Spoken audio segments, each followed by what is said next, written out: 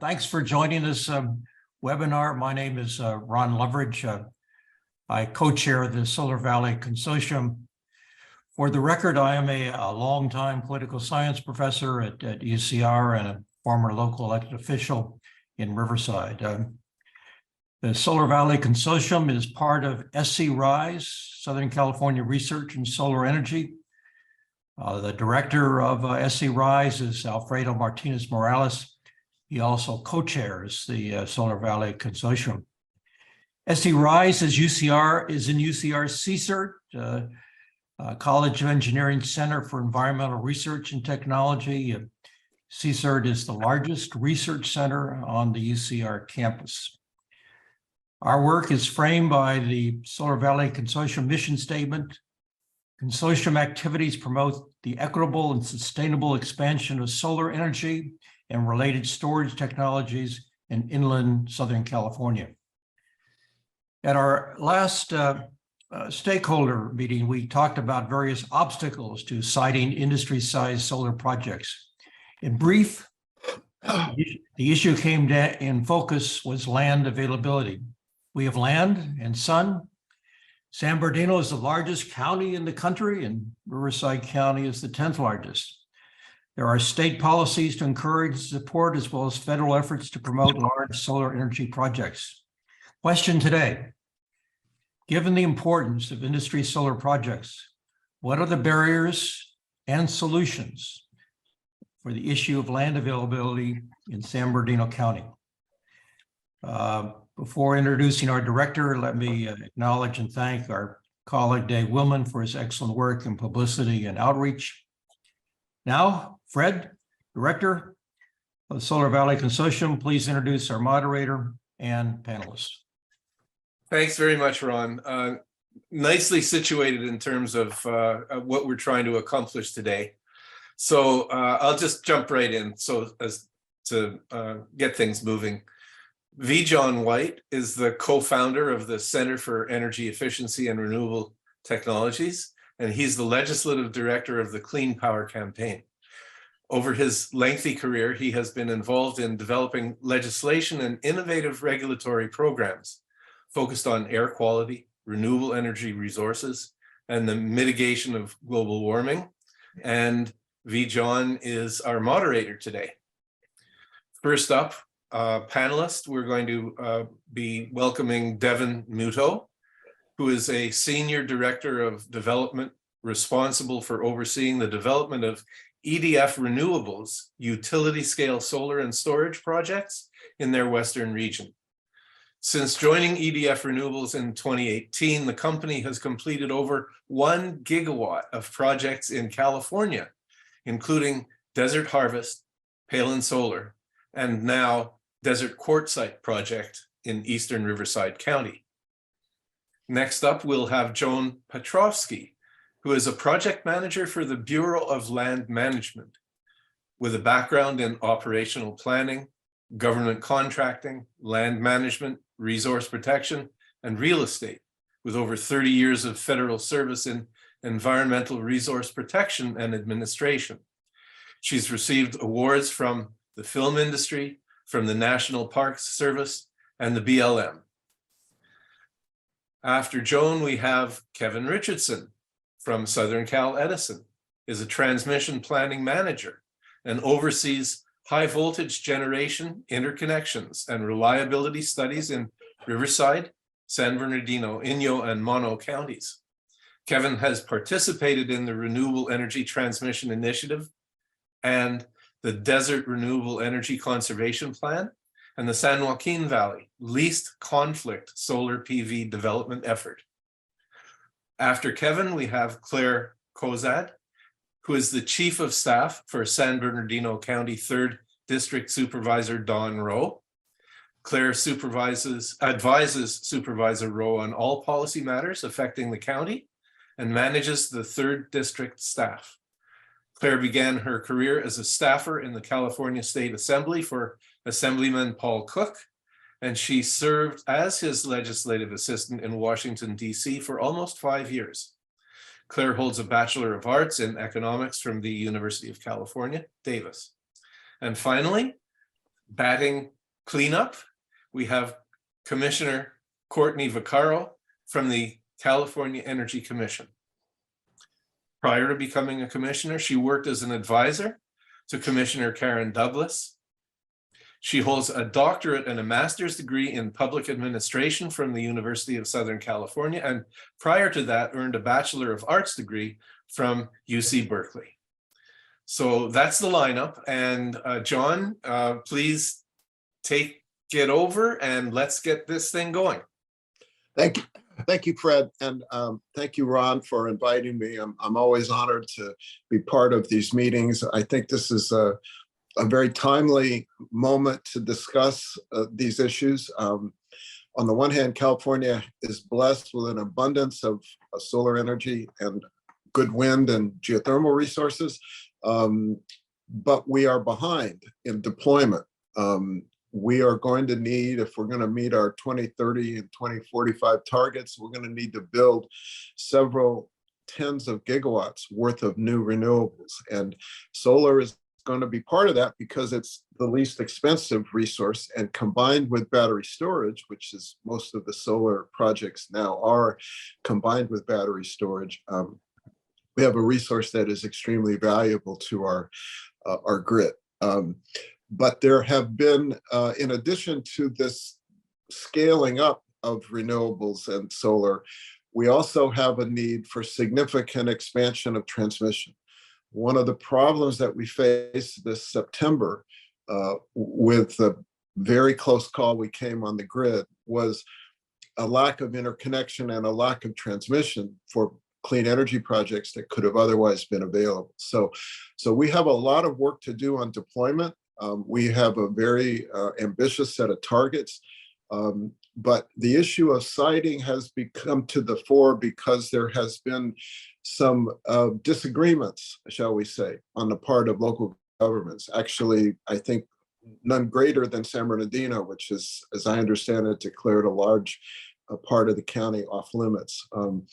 We've also got areas of the other parts of the state that we're looking to significantly deploy solar, including in the Central Valley.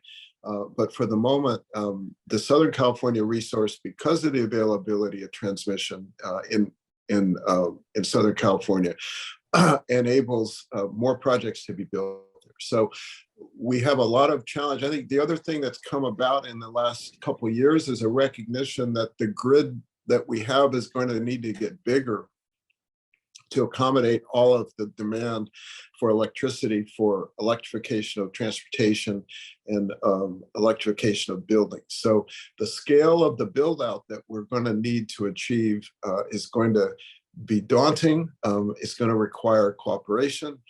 I'm very grateful to have Courtney Vaccaro with us because the Energy Commission has played a key role in all of these, but also experienced and thoughtful renewable developers like EDF Renewables will enable this to make some progress. And we have cooperation from Southern California Edison. I was just at a meeting yesterday where the president of Edison made a very strong pitch for this basic strategy going forward and the need to build transmission and build up projects. So with that as a background, let's start with our first panelist. All right, well, I think that's me. And I'm going to attempt to share my screen here and do a bit of a show. Bear with me. I'm working off my laptop here, and so usually I have multiple screens, which makes it a little bit easier.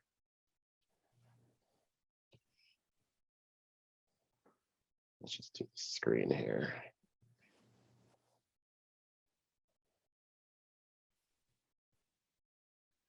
All right. I'm assuming people can see my screen. Looks all good. All right. Okay, well, thanks everybody for having me here today. Again, my name is Devin Muto. I'm a Senior Development Director at EDF Renewables. I've done presentations for Solar Valley before, a few stock slides that I'll go through really quickly, and then we'll try to get to more of the meat. But I do want to remind folks of who EDF Renewables is. We are an international development company with skill sets, not only on the grid scale power side, but we also do distributed solutions, and we also own and operate generation facilities throughout the nation and throughout the world. We have proficiency in a number of different technologies and have numerous partners, contracts throughout North America and through other countries as well. In the Western states of North America, we have a very long history. Actually, EDF Renewables North America came to life essentially in California, with our initial duties being operating and maintenance on wind farms in Southern California. And since then, we've just continued to grow. And now we have a significant presence, as Fred mentioned earlier, with operating facilities in Riverside, Kern County, and continuing to develop in those areas, as well as San Bernardino. I threw this slide in here. This was from the presentation we did in May, and I provided a little bit of a state of the solar from a developer's perspective. And I thought it might be interesting just to kind of start off with this about, what changes we've seen since May. I mean, it hasn't been that long. We're in the same year, and there's actually been a lot that's happened. So what I did is just kind of reviewed this and put in bold where I felt like I needed to change things. So that's what I'm showing here. So just kind of real quick to go through this. So from an industry perspective, we have seen just an additional increase in procurement mandates and demand for solar, a little bit to what Vijan White had mentioned. There's the continued need for continuing to plan and develop solar and other renewables. And as an industry, we're trying to position ourselves to meet that challenge. However, during just these past few months, inflation has gotten even worse. We're continuing to experience material shortfalls, and those are going to be challenges that we're going to have to continue to work through. Working down through kind of the different segments of government at the federal level, obviously we had the Inflation Reduction Act pass. That was huge for the industry with the extension of the tax relief for renewable projects. It's provided a lot of additional certainty that's necessary for the industry for us to be able to do investments into our projects. I have some question marks here, one on the tariff uncertainty. We have gotten a little bit more certainty about when we can expect tariffs to start hitting our products from Asia. And we have a little bit more runway now to convert to American-made materials. But the question is, can we convert quick enough so that we don't see impacts to our industry? So that's something that kind of remains a question. And we're working on it. Also, with the administrative support of renewable energy, there was obviously a big day yesterday with the various folks that we need to get significant support into the future on making these projects happen. And I think that there are some questions now as to what the future is going to look like over the next few years. With regards to how much support we're going to continue to see at a federal level. Statewide in California, and this is California specific, I think we have seen kind of a double down from our administration on supporting renewables. We also, in this legislative session, had the property tax exclusion that's available for renewables that was set to sunset in 2025. That was extended to 2027. So that's great. It's very helpful for us from that perspective. We also had, we're facing the potential listing of Joshua trees at a Department of Fish and Wildlife or a Commission of Fish and Wildlife hearing this year. That decision has been delayed until next year. And we're hopeful that there's going to be some type of fix that will keep it from getting listed, but still provide some protections for Joshua tree, as that is a coveted species for the state. I have a question here for the interconnection process. It's an ongoing process that CAISO has been working on, reform to the interconnection process. I think we were very hopeful that we would see significant changes out of that process that would help with the additional rollout of renewables in the state. I think it remains to be seen how workable those reforms are and how beneficial they are going to be for future development. So that's kind of an ongoing watch area. And then we have seen, as I think Fred mentioned and Vijan White mentioned, transmission constraints just keep growing. And we're seeing that right now as we start to get the results back from the Q cluster 14 with CAISO, and try to position to see where we can have our future development projects. And we're just seeing substantial constraints throughout the entire CAISO grid. And then on the local side, actually not much has changed, although underscoring what Vijan White mentioned, interconnection land availability really continue to be the ongoing themes of challenges that we're facing. So that's a little update that I put together. I think Vijan White already talked about the significant demand that we have for renewables into the future, so I'm not going to hit on that much more there. So now I'm going to go into what we've discussed before, which is one of the biggest drivers, and Vijan White discussed this, is where our projects can actually connect into the grid. And this is a slide I've provided before that's essentially showing the quantities of interconnection at different locations throughout California. And it's really driven by where the infrastructure is and where the primary points of interconnection, usually the major substations, are within the state. So what I've tried to do is go from this map and then actually dive into San Bernardino County here. And as you can see, I'll toggle back real quick. You know, San Bernardino County, if you look at this map, you know, doesn't hold that many of these locations where you can actually interconnect into the grid.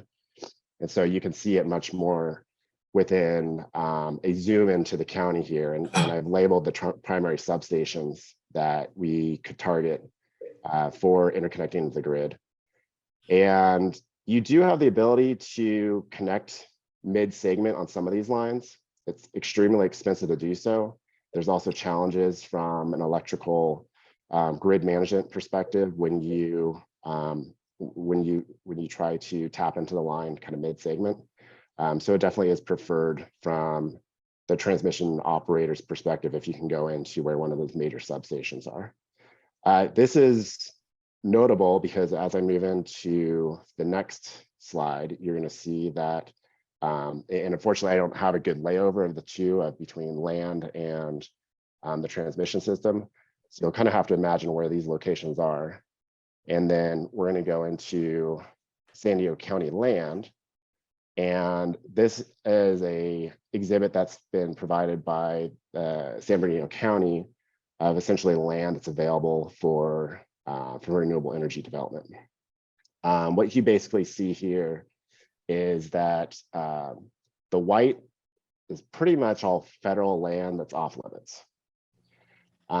The other colors that you see here, you know, you have the legend up here with the opportunity areas. So basically what we're mainly looking at are the opportunity areas that are potential for renewable energy development are these resource conservation zones, the other areas, and then the development focused areas, which are the yellow areas. Those are identified through BLM's DRECP plan.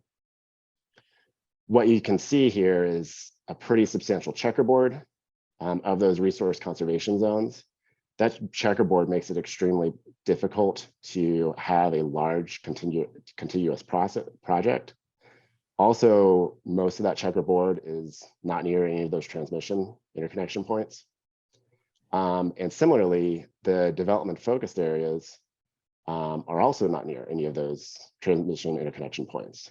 Probably the best one that is near one is the number 2 over here on the western edge. That's the Kramer area. But that area is essentially all off limits right now because of Mojave ground squirrel, a protected species, which is undergoing a 5-year study to see if we can even do any development in that area. And so we're really, and then you can see these exclusion areas. These are the areas that the San Bernardino Board of Supervisors had determined that they would restrict from utility scale renewable energy development. So it puts a significant amount of areas off limit from that perspective. So I'd be happy to dive into any one of these areas in more detail. Obviously, we don't have a ton of time right now to do that, but maybe something to talk about going on into the future. I did want to also just highlight, because of these difficulties in siting projects in the San Bernardino area and even the Riverside area, we are seeing at the CAISO level, they're undergoing their transmission planning process right now. They're not planning a whole lot of future development in these areas.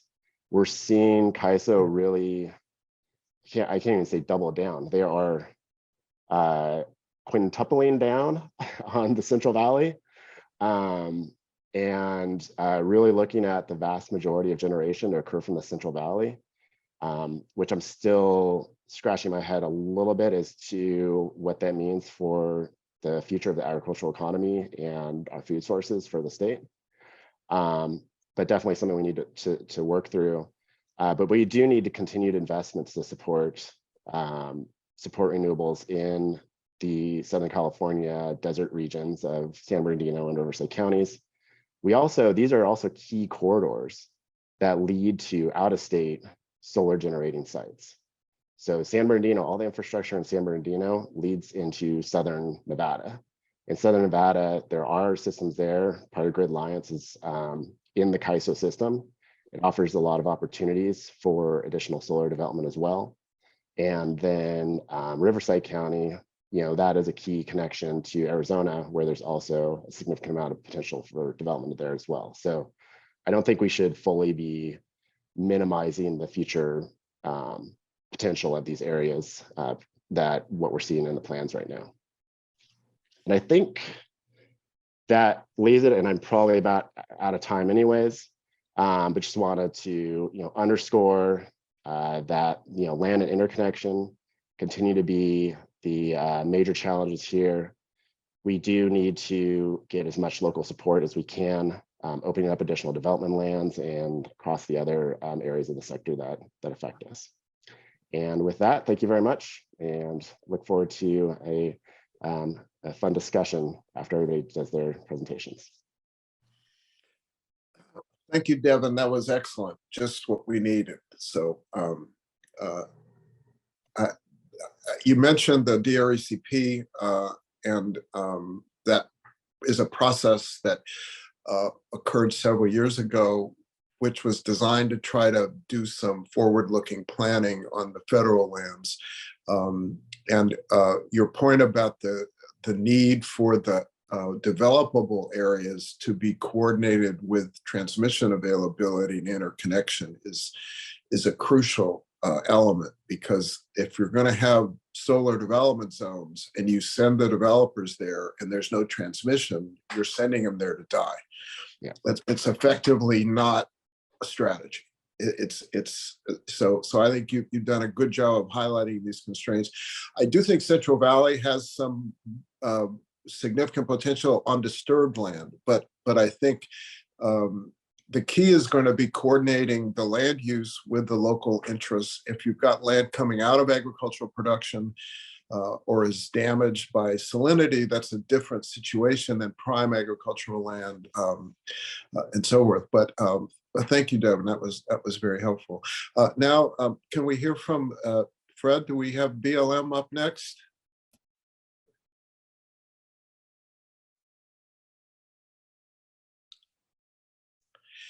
Yes, Joan. There we go. Joan Pawlowski. Thank you.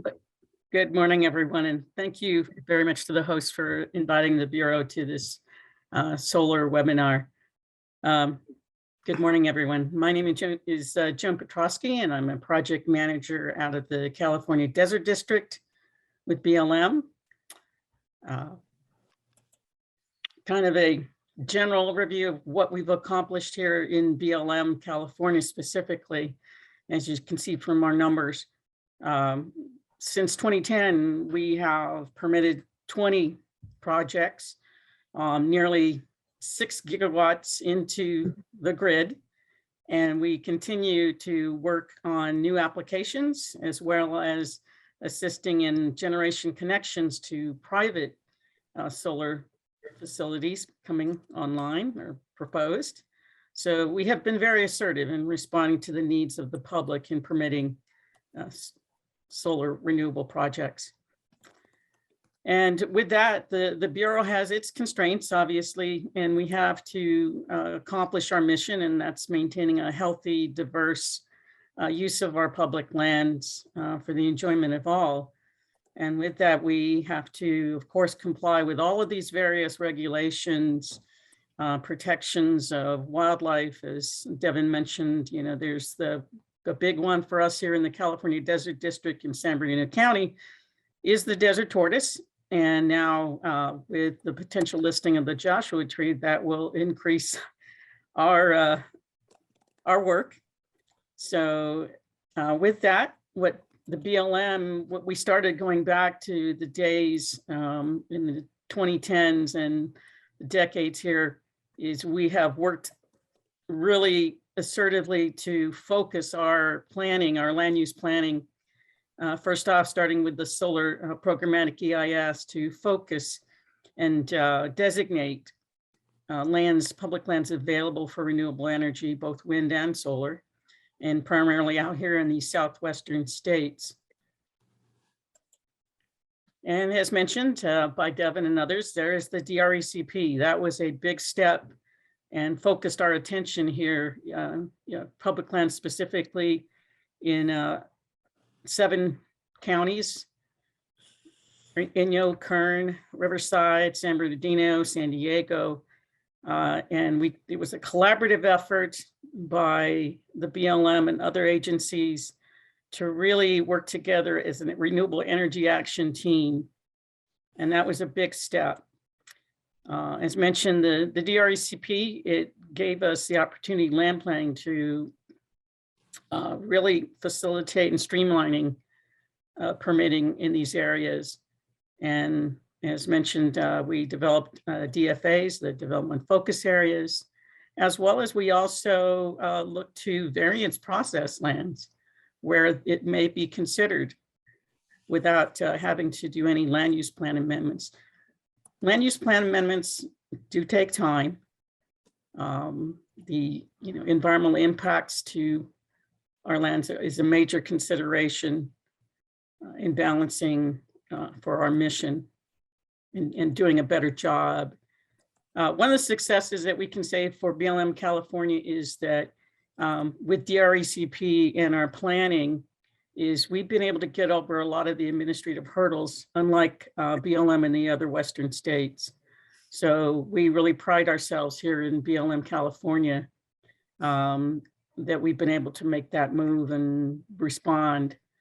Also, additionally, we now have the ability to permit the battery storage, which is a big plus.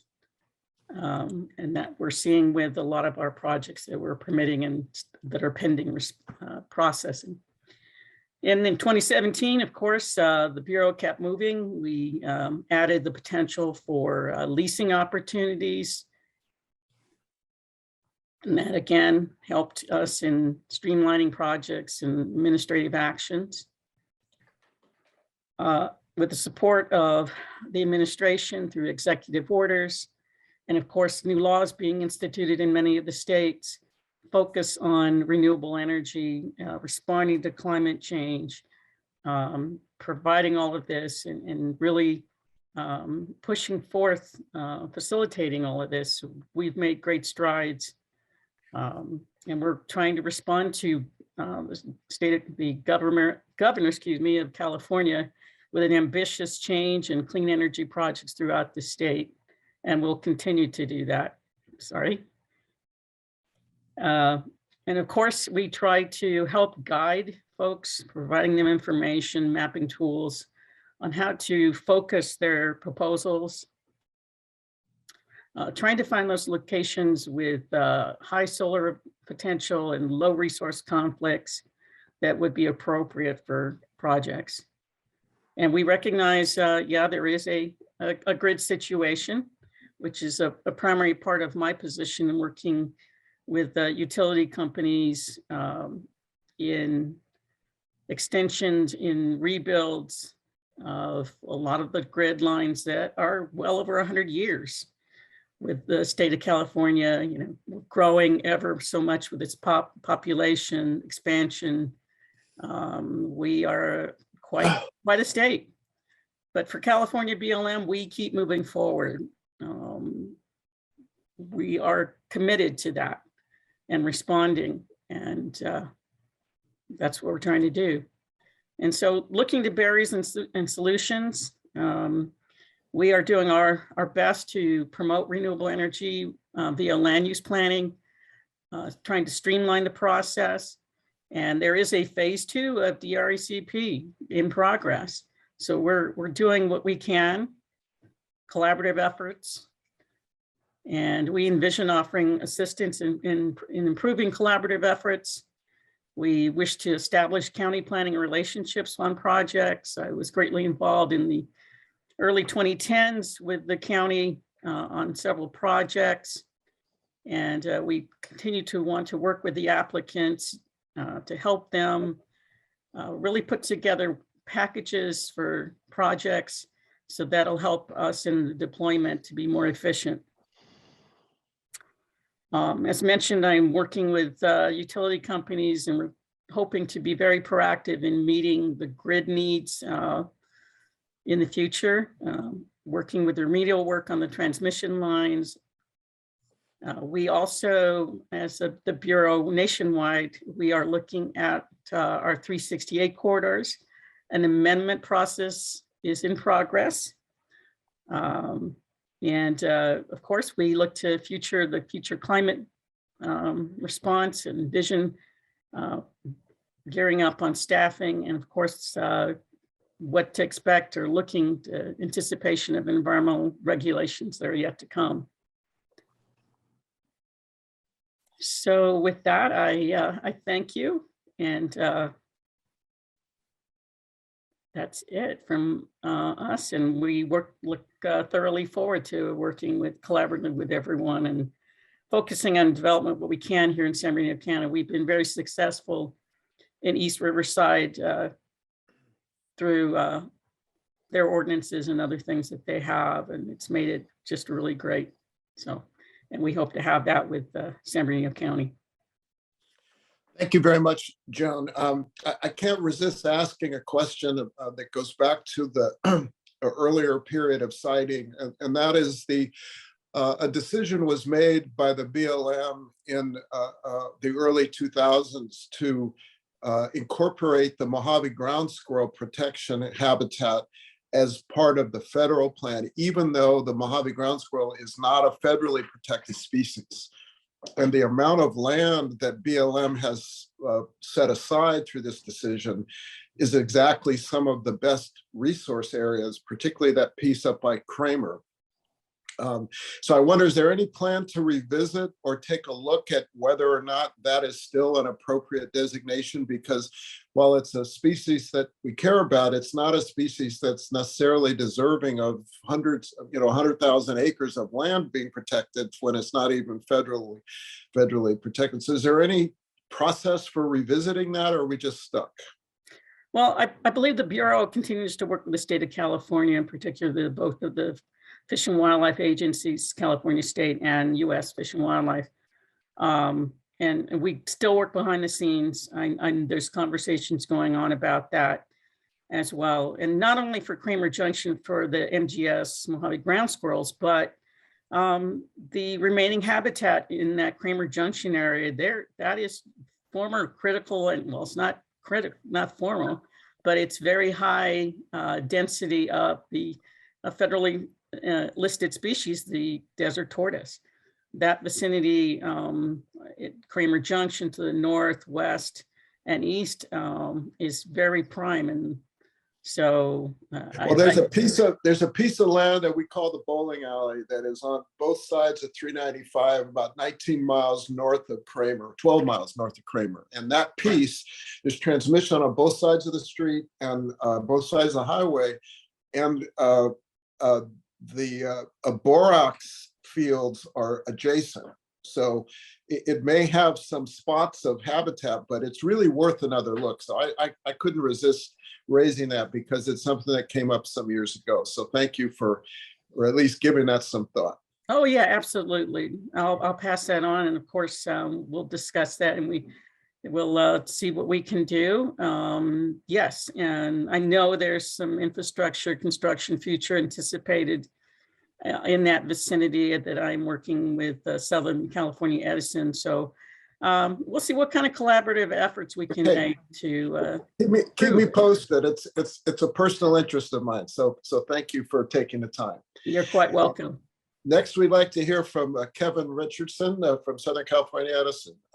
Kevin, tell us how it looks from the standpoint of the one who has to deliver the power. All righty, sounds good. I'll start sharing my screen.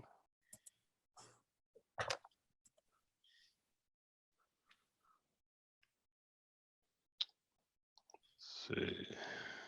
Just give me a moment.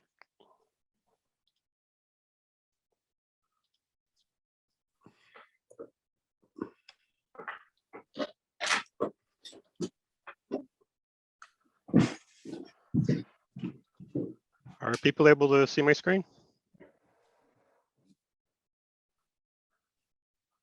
Yes. Yes. All right. Well, thank you very much. My name's Kevin Richardson. I'm Edison's transmission planning manager for the San Bernardino County and Riverside County. I'm going to talk about what Edison's done, what we're doing, and what we'd like to do in San Bernardino County. So to do this, we're going to need some publicly available transmission maps. Luckily, the California Energy Commission has some, and also Edison has one. But first, I just want to level set and talk about what's happened so far in San Bernardino County from a generation interconnection perspective. I've got a screenshot of the CalISO's publicly available transmission queue, and also the Edison's lower voltage generation interconnection queue. We can see at the top one that we've interconnected about 1,200 megawatts of mostly solar. And on the bottom one, we can see we've interconnected about 307 megawatts of generation.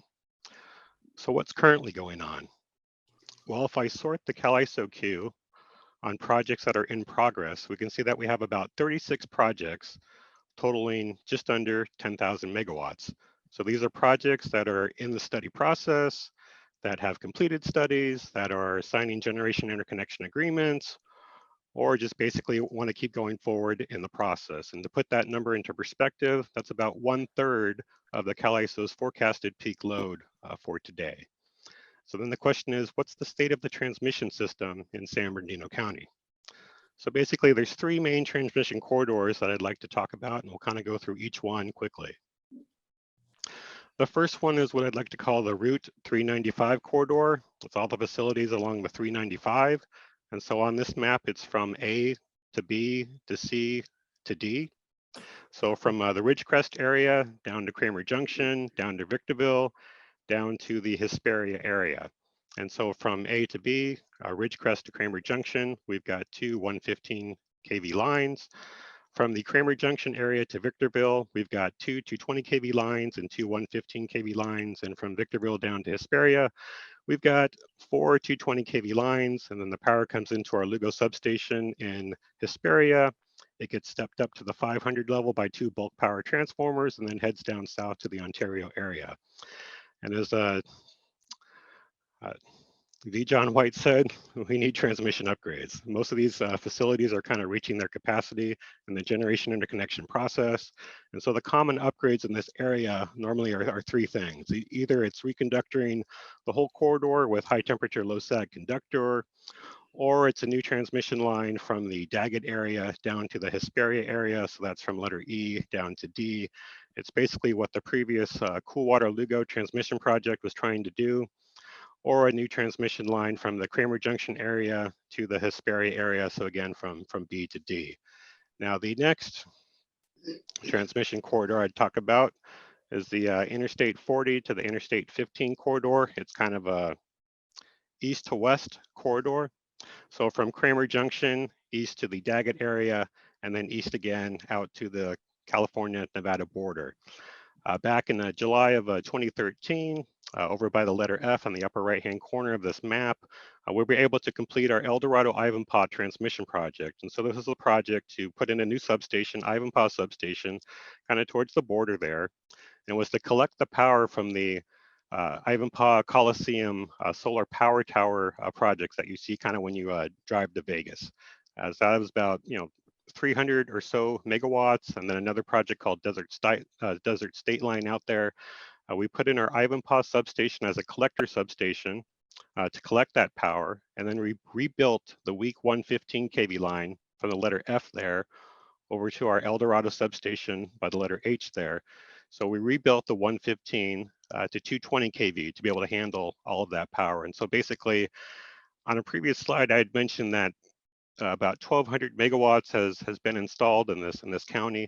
This El Dorado Ivanpah project that was completed back in 2013, that was able to accommodate about 700 megawatts of that generation. Moving on to the third area, I'm going to call it the Hesperia to Nevada corridor. Basically, we've got two 500 kilovolt lines, our El Dorado Lugo and our Lugo Mojave 500 kV lines. We also have two 220 kV lines in this corridor. Recently, Edison got approval to do the El Dorado Lugo Mojave series capacitor upgrade project. And basically what we realized is that there's a lot of power flowing on those 500 kV lines. We need to get more power through them. We can do this by lowering the impedance on those lines, and we can do this by, installing series capacitors on the lines. And so this project that we're currently constructing will allow us to get, between 500, 700 more megawatts through these lines to bring the power from the east, west into the Hesperia area.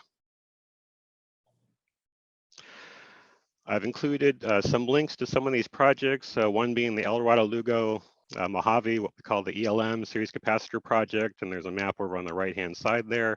I also wanted to briefly mention the Ivanpah control project, which isn't really a capacity producing project. It's more of a reliability project, but it's kind of notable in size. If you look at the map on the lower left-hand corner, it goes from Kramer to the Daggett area out to our Ivanpah substation. And what that is basically on some of the transmission lines in this corridor, the lines are starting to sag a little bit, and this is a project to kind of fix those issues. So jumping into the interconnection challenges and opportunities for just the overall process, or specifically in San Bernardino County, one thing I'd like to stress is basically the issue is not really what upgrades to build. The issue is getting those upgrades to move forward in either the generation interconnection process or the CalISO's annual transmission planning process. Although the cluster study process incorporates some cost sharing for transmission upgrades, generators usually can't or don't fund area delivery network upgrades, which are the big upgrades that provide capacity. These kind of upgrades are hundreds of millions of dollars. Even if you've got a bunch of generators trying to cost share that, it's going to be too much. It's going to make their projects uneconomic. Another challenge is that renewable portfolios supplied by the California Public Utilities Commission and the CalISO's transmission planning process usually aren't big enough to trigger the large transmission upgrades and often don't correlate with the generation interconnection queue for the same area. So I mentioned that we have about 10,000 megawatts trying to move forward in San Bernardino County. This year, when we were doing the reliability studies for the CalISO TPP, we only saw 1,500 megawatts in the portfolio for this area. So on the one hand, you've got a process that's trying to plan for 10,000 megawatts, triggering all these upgrades that are really expensive. And you've got the other sister process in parallel that only has 1,500 megawatts in the area, and you're barely starting to trigger the transmission that you need. Another challenge is that the CalISO transmission planning process usually only considers a 10-year planning window. Many of us hope that we could go beyond that 10-year planning window, maybe to a 20-year planning window, to where we could start seeing these upgrades, the need for them, and getting them triggered and moving forward. I mentioned that San Bernardino County has limited transmission capacity. I briefly talked about 3 of the main transmission corridors. And of those 10,000 megawatts that are trying to move forward, there's currently 7 of those projects currently in construction, about 1,200 megawatts that have associated batteries with them. They want to come online in the 2023 to 2024 timeframe, And they're basically going to use up and go beyond the capacity in that 395 corridor that I mentioned and that 40 to the 15 transmission corridor that I mentioned. So we definitely need some upgrades here. So as far as opportunities, the CalISO was proactive recently and did a 20-year transmission outlook. So they did a study where they looked beyond the regular 10-year transmission planning window. So we saw a lot of the needed upgrades that we see get triggered in the generation interconnection process. So that was great. They've also got a really good document called the Transmission Capability Estimates for use in the CPUC's resource planning process. And what that is they talk about the different transmission constraints, how much available deliverability is in certain areas. They call out the usual upgrades that get triggered to help those areas. They list the cost for those upgrades and also how long those upgrades would take to build. Edison's also put out a lot of clean energy white papers, Pathway 2045, Reimagining the Grid, Mind the Gap. And so, we're trying to promote strategies or insights or recommendations on how to best plan for this, all these renewables. Another interesting document that came out recently was FERC's notice of proposed rulemaking called the Building for the Future Through Electric Regional Transmission Planning and Cost Allocation and Generation Interconnection. And they kind of looked at some of their previous orders, such as like FERC 1000, and basically, what's working, what's not working, and kind of requesting comments on the overall process of what we can do better. And to wrap up my 10 minutes, just want to talk about what Edison is trying to do in the future. And basically, we're going to keep trying to propose least regrets upgrades that address reliability issues, but which also add extra capacity, when we can and when it's appropriate. This is our submission into this year's CalISO transmission planning process. The upgrades noted in red there are specifically in San Bernardino County. It's over $200 million worth of upgrades. And number 5 there, the new Lugo 3rd AA bank, and also number 6 there, the Lugo Victor 230 kV lines reconductor. Those are definitely projects that provide extra capacity in San Bernardino County in those respective areas. And so basically, we're going to keep participating on panels. We're going to keep participating in the CalISO's interconnection process enhancements to try to improve the generation interconnection process. We're going to keep putting out white papers, focusing on strategies, insights, and recommendations on how to, try to do this better. And, if you'd like to be a little bit more involved, you can join me in the Transmission Development Forum that we have. It's quarterly public meetings that are put on by the CalISO and the CPUC, where participating transmission owners like Edison provide updates on their transmission projects. And so I think with that, I think my 10 minutes is up. So I just want to thank you for allowing me to provide some opening comments, allowing me to be part of this panel, and I'll turn it over to the next speaker. Thank you very much. Thank you, Kevin. That was very, very helpful context and background. Your points about the chronic delays in the transmission planning process and the need for longer term horizon is becoming a consensus view, I believe. I also appreciate you pointing out the disconnect between the potential availability of sites and the transmission upgrades. So this is one of the issues that we need to focus on, but it's very, very helpful presentation. I thank you. Now we'd like to hear from Claire from San Bernardino County and how this all looks from the standpoint of local government. Absolutely. Good morning, everyone. My name is Claire Kozad. I am Chief of Staff to County Supervisor Don Rao, who represents the 3rd District of San Bernardino. And I apologize, I was having some internet connection issues during the last panelist. So I had to switch computers. I did have some maps I was going to show, but I'm not going to share them anymore because I do not have them up on this computer. But they are kind of redundant to what some of like Devin and some of the other panelists had showed. And I think we all at this point understand that there is not a lot of land to work with in San Bernardino County, despite how large the county is. So the county is over 20,000 square miles. We have 2.1 million residents, and we have 24 incorporated cities in the 3rd district that Supervisor Rao represents. We have almost half that land. We have nearly 10,000 square miles. In the 3rd district, we have the Valley region, which has a lot of our incorporated cities: Grand Terrace, Loma Linda, Redlands, Highland, Yucaipa. We go all the way through the Morongo Basin to Needles, and then we scoop up through Lucerne Valley, Johnson Valley, have Barstow, and then we now have all of the mountain areas. We have Big Bear and Lake Arrowhead, with the exclusion of Brightwood. And so I'm here today to talk about my experiences working for an elected official who is tasked with representing her residents and all of the different interests in the area. I'm not speaking on behalf of the county today, just our experience in the 3rd district. As the 3rd district supervisor, Supervisor Rao has a lot of unincorporated communities. She is the only elected official there to represent those communities. And when she first became a board member on the Board of Supervisors, one of the first big policy decisions she was making was the renewable energy conservation element, and we refer to it as REES 410. And that is what everyone's referring to as the excluded areas in San Bernardino County that did not allow utility scale solar. That decision, early on in her career was a really great learning experience. She ultimately decided to support REES 10, which would prohibit utility-oriented renewable energy projects in the community plan areas at the time, and those are Bloomington, Muscoy, Lytle Creek, Oakland, Crest Forest, Lake Arrowhead, Hilltop Communities, Bear Valley, Oak Hills, Phelan/Pinion Hills, Lucerne Valley, Homestead Valley, Joshua Tree, and Morongo Valley. And I think for a lot of us on this call who live in larger cities, maybe all over the state, I know we're kind of scattered everywhere, but in Southern California, it's easy to look at a map and look at all of the land in San Bernardino County and not truly understand what the impact is to residents.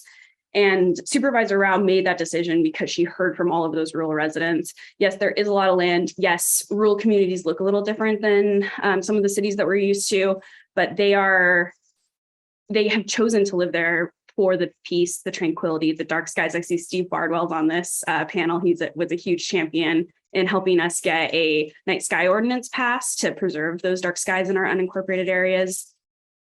And so when we're thinking about citing these projects, knowing how little land we have to work with, and then seeing that extra area excluded, I think one thing to keep in mind is that those areas that are excluded are those passionate communities. These are small rural communities that have big hearts and big voices.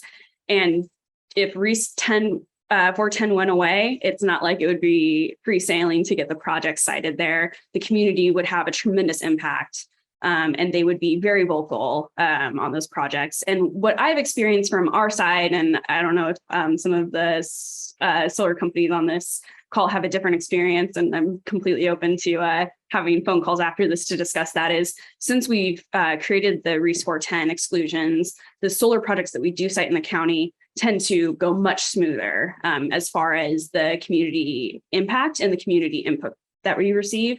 And obviously CEQA will always be an issue in clearing, the environmental hurdles, but once those conditions are met for the areas that we do allow these types of projects, it does tend to move smoothly, and really only on the back end could have some maybe issues if there's maybe not a labor project agreement or something of that effect. So I think this is a great group. I think this is an important conversation that we need to be having. But there's a lot of intricacies that need to be considered for these rural residents that really don't have a traditional voice in the sense of having a mayor and a city council.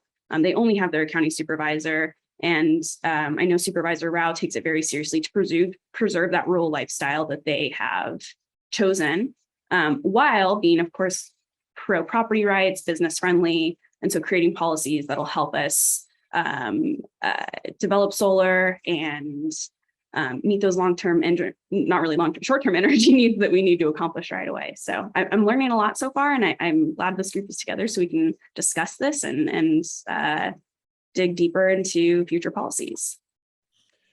Thank you, Claire. I wanted to ask a follow-up question about the process that you went through to determine these lands. I understand the disproportionate voice that you feel compelled to give the rural communities because they don't have anybody else. But did you consider the availability of transmission when you sent people to these, the developers to these developable areas? without knowing whether there was transmission, or is it just a disconnect that maybe can be revisited?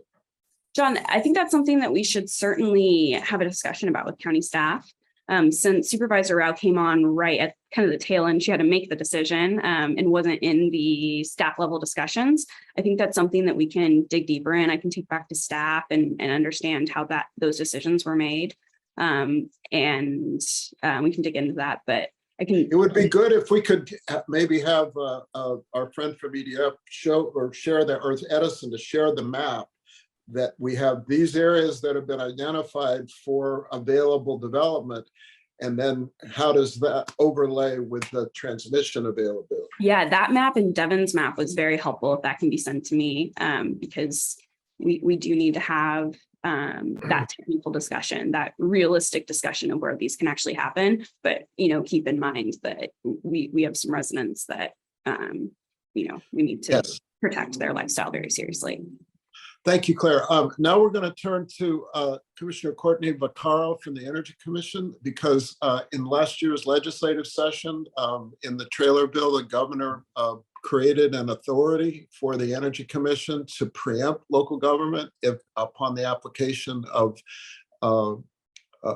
applicants. So this has created the Energy Commission as a potential venue for siting, as well as participating in the planning. So Commissioner, we're very grateful for you to be able to join us, and look forward to your thoughts. Great. Thank you so much, John. Good morning, everyone. I'm Courtney Vaccaro, Commissioner with the California Energy Commission, and I'm the Energy Commission's attorney member. As mentioned, I was previously an advisor to Commissioner Karen Douglas, who in March went to be an energy advisor for the governor. And since March, I've been a commissioner. I've had quite an extensive history with the commission, including serving as chief counsel and a hearing advisor who's been involved in the siting of power plants at the Energy Commission, including during the times where we were moving quickly to site solar thermal plants and taking advantage of those ARA funds. So that just gives you a little bit of background about me and the sense that I'm not new at all to some of these issues, although I am new, still relatively new in my role.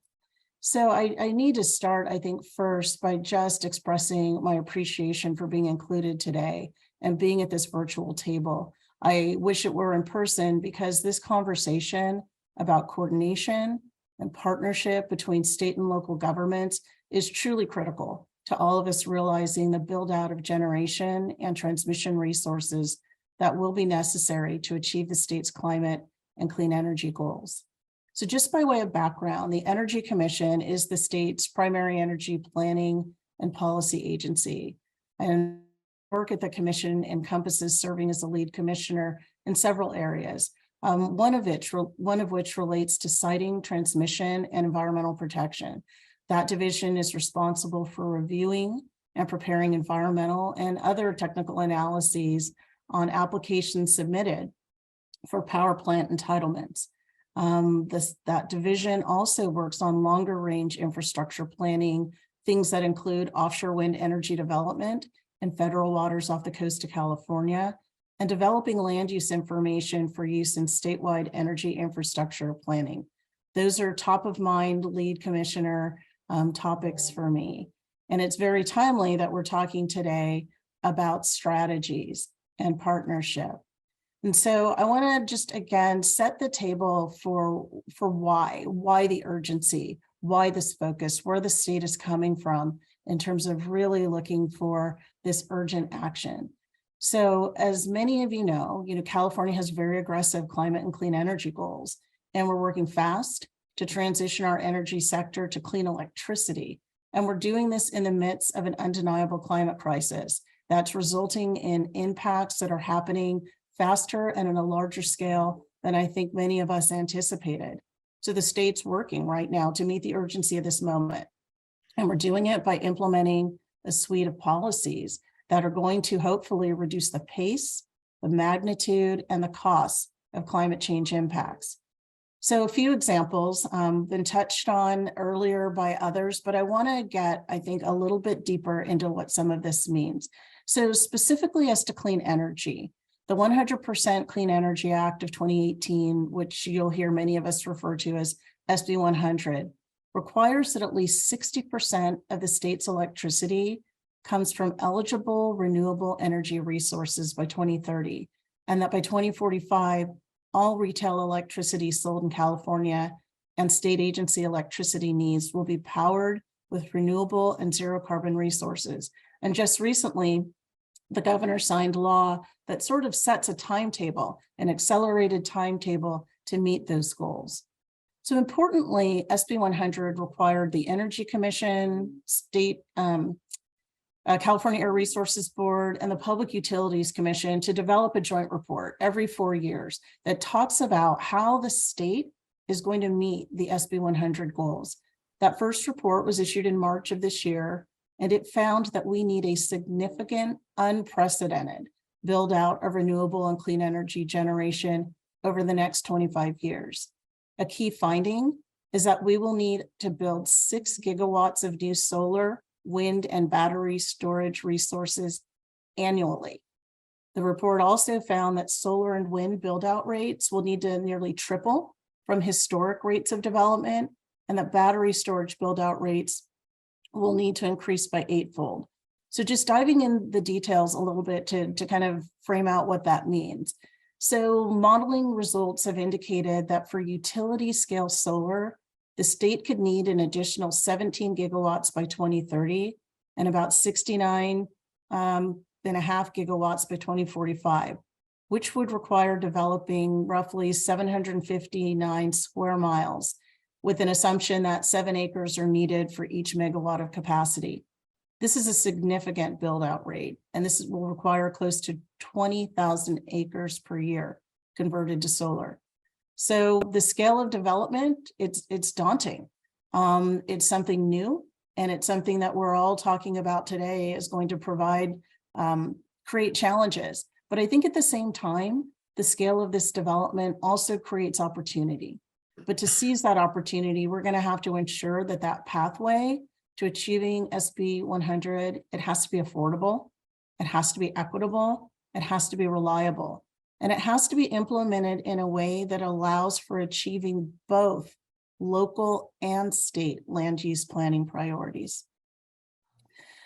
So in light of this significant infrastructure development need, the governor has been taking, and the legislature, some pretty bold and strong actions, including one that Vijay mentioned in my introduction, which is that the governor signed into law Assembly Bill 205, which was subsequently modestly amended by Assembly Bill 209, which adds an optional process at the California Energy Commission that would allow developers the opportunity to receive a CEC license for facilities that were previously not something that the Energy Commission would issue a certification for.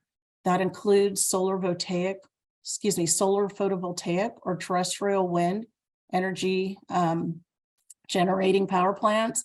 Again, we're still looking at the same threshold of 50 megawatts or more of generating capacity. That's the current threshold for Energy Commission permitting of thermal power plants. That would be the same. But again, solar PV and terrestrial wind would be new to the Energy Commission certification authority. In addition, another example is energy storage systems. We're using a definition in the Public Utilities Code for that, but it's got to be a system that's capable of storing 200 megawatt hours or more of electrical energy. And there are a few more facilities or projects that also would opt in. And I know there's been a lot of consternation, a lot of fear, and a lot of concern about what it means for the Energy Commission to exercise this authority, and how does that affect relationships and priorities with the local governments. And I think from where I sit, our implementation of this provision creates the opportunity for listening to, collaborating with, communicating with, and bringing our local agency partners into the permitting process and into that discussion. As we were developing the implementing regulations for the statute, one of the things that we did, we had, of course, some public workshops, but but I was also able to participate with staff and some touch points with some different agency, county representatives, county association representatives, to talk about some things that we could build into those regulations. One of the things that we've done is we made it mandatory for developers to come in and have pre-filing meetings. We were originally proposing that as an optionality. It's mandatory. And we've also put into the regulations our commitment to bring local governments in to the pre-filing meetings, to have local governments in at the beginning and to be with us throughout that permitting process. I have a sincere goal for this to happen. I work closely with Energy Commission staff. I don't think this is lip service on my part or on the part of staff. We still have to figure out how it's going to work. What does that look like? And I think we're open to having those conversations with our local government partners to think about what that means, because it's not one size fits all. How we approach it with one county, for instance, might be different than with another county. Resource challenges are different. So I think what I'm really trying to emphasize is there's an openness. My office, all the way down through staff, to figure out how we can use this opt-in process, not to create a wedge, but indeed to facilitate closer coordination, collaboration, and partnership. And so I'm going to make a pivot. You know, we've been talking quite a bit about utility scale energy development, which is important. But I think, you know, we don't want it lost on anyone that we also want to see this clean energy transition bringing in distributed energy resources. And earlier this year, the CEC opened an information proceeding on DER in California's, future energy goals and what we see for the vision in California. And in this proceeding, we are exploring, we're collecting information, we're conducting assessments, and developing recommendations for the role of DERs in California's energy future. And we see opportunity there for more coordination, collaboration, and partnership with our local government entities. So just in closing, you know, I touched on a moment ago, just sort of all local governments, right, aren't the same. It's not monolithic. Different abilities and capabilities to come to the table and engage with the Energy Commission. And so some of the things that we are looking at is, you know, how can we help?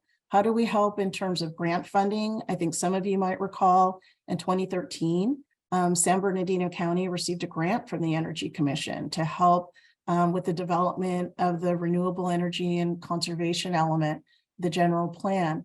We're still keeping things like that in mind. And we're also looking at how we can use allocated funds from the 2021-2022 fiscal year state budget specific to SB 100 and see how we can use that for capacity building, whatever that might look like. We're actively thinking about that right now. We're going to be inviting and welcoming local government feedback on what makes sense. How can we help you meaningfully engage with us and be at the table where we can develop solutions together? So again, I thank you so much for including me in this really important and thoughtful discussion, and I'll leave it there.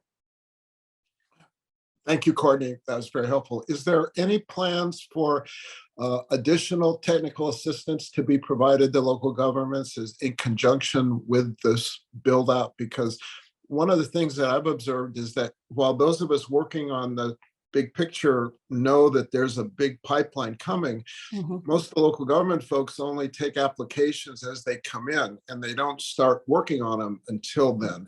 So I wonder if there's any a possibility of bringing local governments into this conversation and as you've described, but maybe also recognizing their need for resources to undertake the kind of planning and environmental review. And your point is very well taken that despite the preemption, CEQA and your process gives a significant platform for residents and other local interests to participate. And yet I think part of it is people got to get on the same page about what's coming. And so I wanted to see if you had some thoughts on that. So yeah, that's a really important question. And I think when I think about or use terms like capacity building, your question tells me I need to do a better job of maybe explaining a bit of what I mean. Some of it is how, it's the idea is how do you come and meaningfully engage? And that has to be across a range, whether it's the need for help with tools, resources, technology, as you say, some of the technical assistance, capability. It's a broad range, right, of things that I think could be part of that solution set. Those are things that we're going to be considering, and I'm glad for the question, so that I take that back to our team as something that we do add to the solution set of how we might be able to use already identified resources, but as we look at requests in the future for more funding, from the legislature to implement all of these policies, how we might be able to really build technical assistance in as a priority.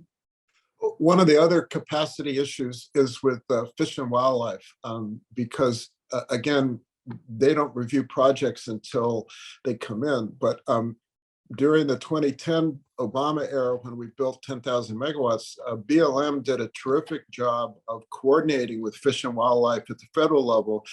But it seems to me that both local government and California Fish and Wildlife need to get prepared. So I just wanted to include that part, because if it isn't the local government issue, it'll be a habitat issue that we have to deal with.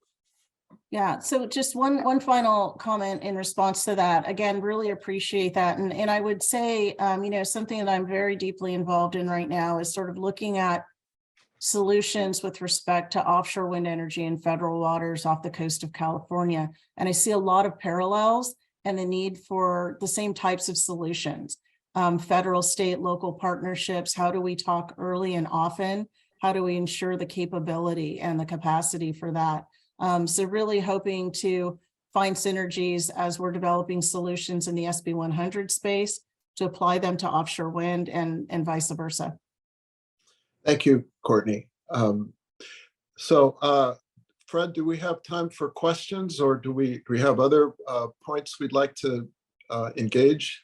Yes, we have 20 minutes roughly still to occupy, and so questions from and dialogue amongst the panel, and perhaps questions from the audience.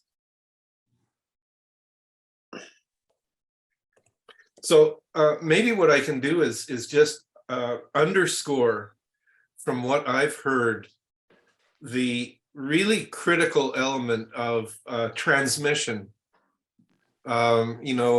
Engaging with Southern Cal Edison, engaging with the county, engaging with the industry about what land is available, what's not available, and when and where enabling transmission could be placed, I think is a really critical issue if we're going to get to, the targets of an additional 17 gigawatts in, 2030 and 60 plus gigawatts beyond that. That's a huge, it's been indicated that that's about 20,000 acres per year. And I think we're far from being able to do that. And then the other thing that I would mention is throw on top of it the climate crisis that we're into.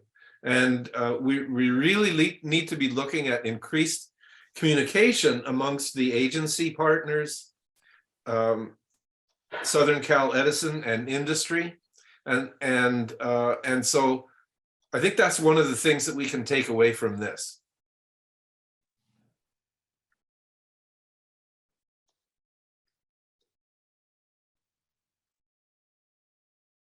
So do folks have on the panel have questions of other panelists or comments? We'd love to hear from you. So Fred, I'll just jump in really quickly. I think I really kind of want to make a plug for awareness. The Energy Commission recently held a workshop focused on land use screens, right? And it's really sort of looking at the spatial, environmental, and land use data to inform PUC and CAISO planning and that is like relates to the transmission planning. And it's really, we have a docket that's open on our website where people can take a look at that report, get a sense of what's being proposed. There was a comment period that closed, but this may be to the chagrin of some of my colleagues for me to say, even though the comment period closed, we have an open docket. And what's important about our open and public docket system is people can comment at any time on our proceedings and the work that we are engaged in. And I would really invite folks to take a look at that land use screens paper to get a sense of sort of what some of the spatial considerations are, what some of the exclusion layers and information is, and what the data sets are that are being considered. I think that work does feed into some of the conversation that we're having today. If I was technologically competent, I would put that in a chat. I'm not going to do it, but I can certainly follow up and provide information that can be disseminated about that docket and the comments and the work product, because I think where we learn and do our best is by taking to heart the feedback that we receive with all of the broad perspectives. And we are getting a fair bit of criticism or constructive feedback, if you will, on that work, and we need it. And that's what allows us all, I think, to work together. This is Kevin Richardson from Southern California Edison. I've got a curiosity question for Devin at EDF Renewables. Basically, what's been the most effective? What's been the most effective way to get transmission capacity information or information about available bus positions at certain substations or things like that? Just curious from a developer perspective, how you're getting your information and what works best for you, and from the utility perspective of how to try to provide that type of information. We have pre-application reports that both the CalISO and the and Edison provide for a minimal cost. If you have a question about a certain substation, we can provide certain information.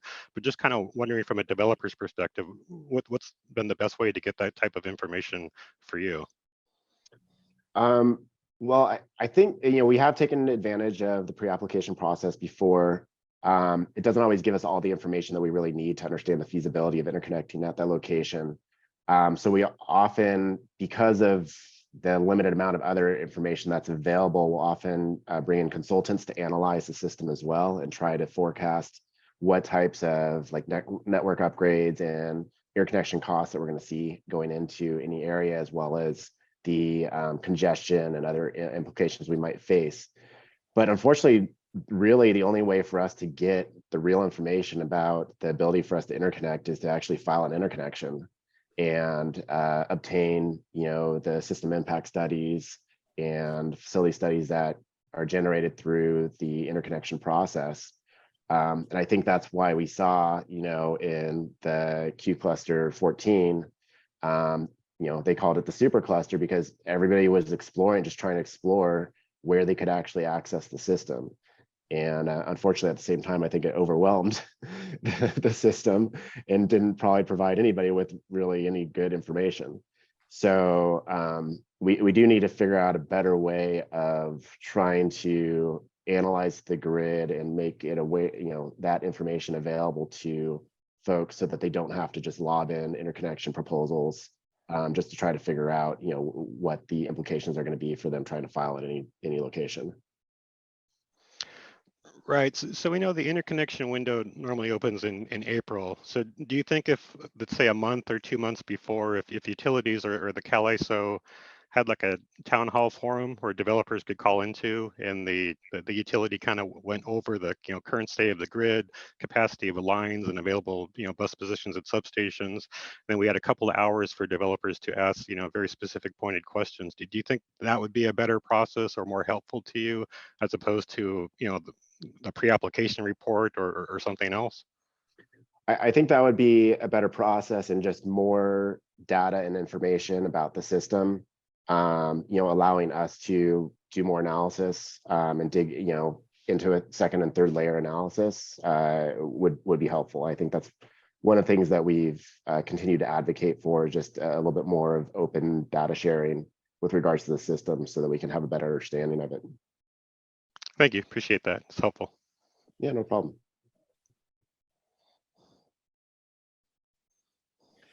I want to ask Kevin whether the delays in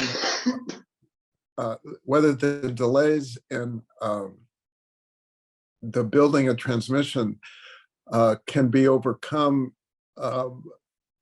by maybe having a process more like the one that we had with the 20-year outlook, where we basically have an outcome. We know we need 8 or 9 lines, and let's identify them and let's start building them instead of seeing how long we can take to make those decisions. So I just wondered, your comment about the 20-year plan, I think, is very consistent with some of the changes that are coming, but are there other suggestions that you would offer? That's a great question. I think it is kind of tough when you're trying to work within the existing processes, whether it's the generation interconnection process, which originally thought that, if we cluster generation projects together and we have cost sharing, that when these upgrades do get triggered, they would be able to afford them. We found out that that's not really working that well. And then, as we spoke about the 10-year planning window versus the 20-year planning window, we saw that the 20-year planning window, was a big help. It looked farther out, and, we identified a lot of those upgrades, but it was for information only. So, I mean, we really need a process that actually identifies the upgrades, which we kind of already know from, doing all the cluster studies that we've done, but actually, getting that CalISO approval and, be able to, figure out who's going to build them and get them in the licensing process. And then there's the challenges of the licensing process, itself. Some of the major upgrades that Edison has recently put into service, like let's say for the West Devers project, where we reconductored a bunch of 220 kV lines in the Riverside County. I mean, that was an upgrade that came out of the transition cluster process. When we first switched from doing the serial process, studying projects one at a time, to when we started to cluster them. And that was back in 2008, 2009. And, West Devers just went into service, in 2021. A lot of that was like, stuck in the licensing, process. What's the best way to do this upgrade? Should we do an alternative to the upgrade? Interveners and things like that. So, it's difficult for the CalISO's annual transmission planning process to trigger the big upgrades right now with portfolios that don't, put enough generation in certain areas to trigger it. And then when we get to the licensing process, it's just tough. There's just a lot of environmental constraints that you got to deal with. There's a lot of impacts to the public that you've got to deal with. And so to site that new substation in the appropriate place, or to route that line the best way, or to consider other alternatives that maybe, might be cheaper. It's just a very tough, long process. So, it'd be great if, we could all, get together and decide on, what we think, some of the best upgrades are, and then just kind of, see who are the best people to build those things and just get a move on. Because at this point, if we're not really triggering it, then, the CalISO transmission plan before the final deadline to get to 100% renewables, that's going to be the biggest, most expensive CalISO transmission plan ever. Well, you make a good point, and yet one of the things that I think in hindsight handicapped us was the assumption that we didn't want to add too much clean energy too soon because it was more expensive. And if we built more transmission too soon, then it would also be more expensive. But if in fact the transmission expansions reduce the generation costs by making more clean energy available and reduce, the hidden elephant in the room this past couple of years has been the spike in natural gas prices. That's what's driving rates.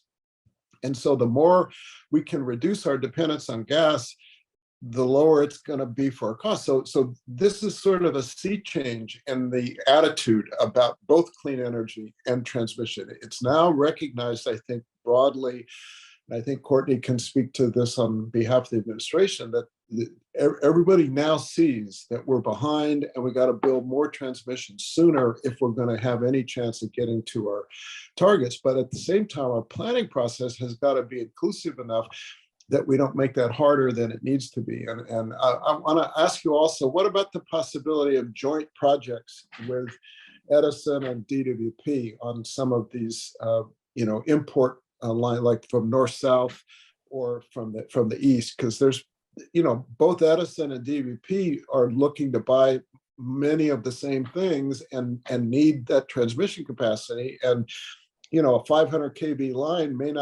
may be too big for one of the utilities, but if both of them were involved with it, then that 500 kV line would end up being cheaper to build than a smaller line if the cost was shared. So is there a process for thinking about that? I know CalISO and DWP are in regular touch, but what's your thoughts from the IOU perspective? It's a great idea. It is something we've considering, basically, we have right of way that sometimes they don't have. They have right of way that we could take advantage of, and we could definitely partner on lines that could be beneficial to both utilities. In addition, we're trying to, promote least regrets upgrades, upgrades that would be valuable, for no matter what, reliability or transmission capacity, and also scalable upgrades. So if you need a new transmission line, don't just build it as single circuit, perhaps build it as double circuit, just string one side, and then when you need the extra capacity, you can put in the second circuit. Upgrades that can be expandable so that you don't have to come back and build a whole new, brand new line on greenfield. So we are considering ideas like that.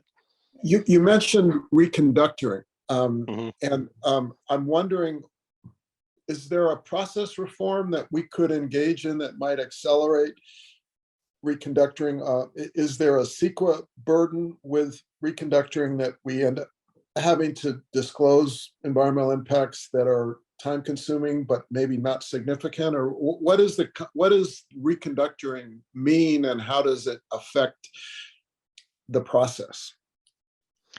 So for reconductoring, what we're normally looking at is taking an existing transmission line, keeping the existing structures and just putting a high, taking down the existing lower capacity conductor and then putting on new conductor that has a higher capacity. And so there's been some improvements with conductor. There's high temperature, low sag conductor. So basically for the same size, because the conductor is slightly, built in a different way, it can handle more power. And so in the Kramer Junction area, down to the Victorville area, down to the Hesperia area, we had always thought we need a new big transmission line, like a Coolwater Lugo transmission line or another line on the west side of the corridor.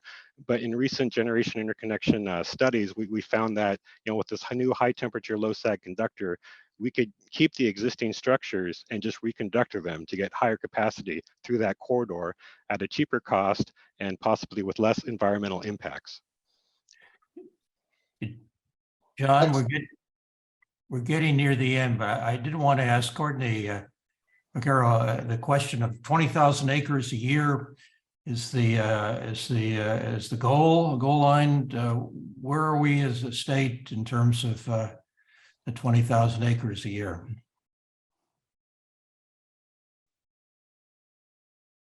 That is a great question, and I have to confess I don't have that data point, but would certainly be happy to share it with you. Get it and share it.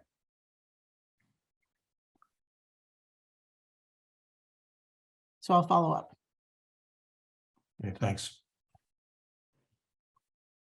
I'm not sure if I'm can be heard at the moment, but this is Steve Bardwell with the Morongo Basin Conservation Association.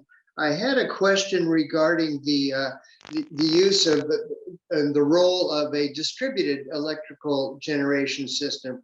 It would seem that would satisfy all of the constraints that Commissioner Vaquero spoke of. It's affordable, it's equitable, and it would be reliable. There's been no discussion today about or very little discussion about the employment of a distributed electrical generation system today. It's been mostly industrial scale. So what role would a distributed system play, and how does NEM 3.0, which is being considered, play into this? Yeah, Steve, let me just interrupt and say that this was the first panel. Second panel was to be on distributive, and it will follow.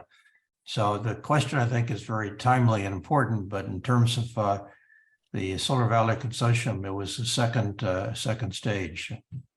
If I could just add, though, I think what the gentleman is referring to is a proposed revision in the compensation that solar customers receive for sending power to the grid. And I think the challenge for that is that we don't need more power in the middle of the day, as cool as it is to have. We need it because we're curtailing in the middle of the day because we have so much solar, both rooftop and utility scale. The challenge is to get that power available to the grid when the sun goes down. And that's where the role of battery storage comes in.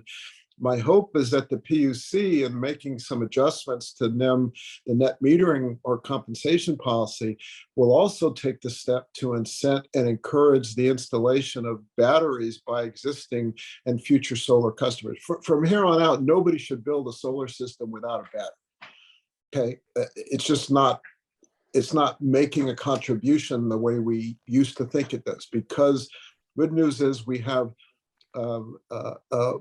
achieved the shifting of the afternoon peak. You all remember when we used to have to shut the air conditioning down at 3 or 4 o'clock as to get rid of the afternoon peak. Now we're shifted into the evening.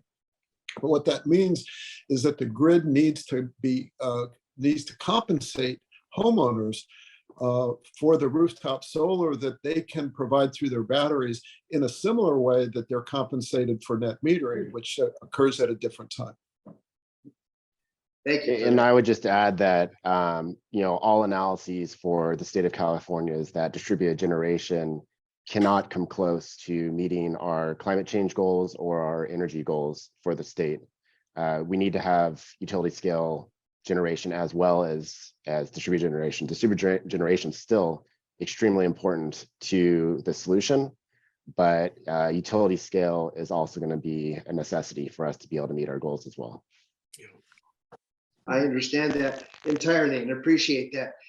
Regarding batteries, and I know this will be coming up in the next one, but soon everyone will have a battery by virtue of having an electric vehicle in their driveway.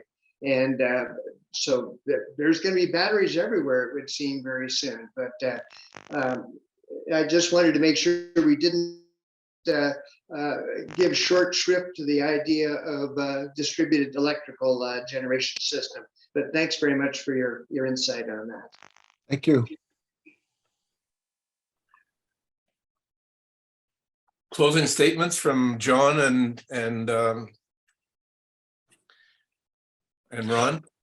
Well, I would just say thank you, Fred and Ron, for inviting me to participate in what turned out to be a really, really interesting panel with lots of very useful information. I really appreciate Claire's comments about how this all looks on the ground in San Bernardino, but also the need to coordinate and network all of these issues together. And so these kinds of conferences do a great job of helping set an agenda and drawing linkages that we need to be aware of. So thank you. And just in closing, thank you also to the panel and everybody who participated today. It has been recorded. It'll be a part of the Solar Valley Consortium website. But more important, I think we're going to try to write up the proceedings, and so the kind of comments made today have a wider audience and a wider circulation, and perhaps can promote a greater partnership. But thank you all for participating. John, thank you again for your exceptional tutoring of all of us as a moderator. With that, we close. It's past 9:30. And again, a great discussion this morning. Thank you. Thank you, everyone. I hope we continue this conversation. Thanks all. Have a great day. Thanks to Thank you everybody. very much. Thank you all. Stay well.